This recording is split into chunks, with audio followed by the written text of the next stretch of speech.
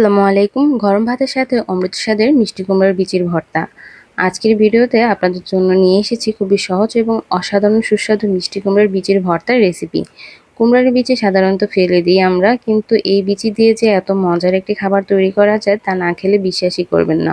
যারা ঝাল ঝাল ভর্তা খেতে পছন্দ করেন তাদের জন্য এটি সেরা একটি খাবার। খুব কম উপকরণ দিয়ে ঘরোয়া পদ্ধতিতে কিভাবে এই ভর্তাটি তৈরি করবেন তা বিস্তারিত দেখানো হয়েছে এই ভিডিওতে। তো চলুন দেখে নিই।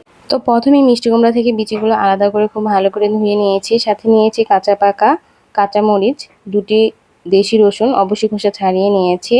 তারপর নিয়েছি বিলেতি ধনিয়া পাতা, পেঁয়াজ কুচি এবং একটি বোম্বাই মরিচ ফ্লেভারের জন্য। অবশ্যই এই বোম্বাই মরিচটি দেওয়ার চেষ্টা করবেন, এতে করে ভর্তার টেস্টটি খুব ভালো লাগবে।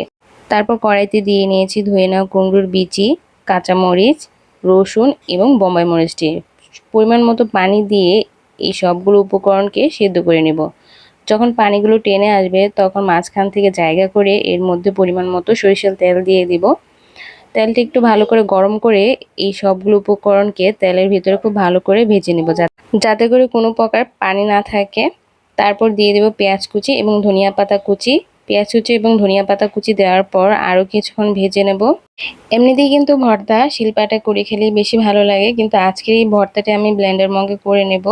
তার জন্য সবগুলো উপকরণকে ব্লেন্ডার মগে দিয়ে নিয়েছি। তারপর দিয়ে নেব স্বাদ অনুযায়ী লবণ।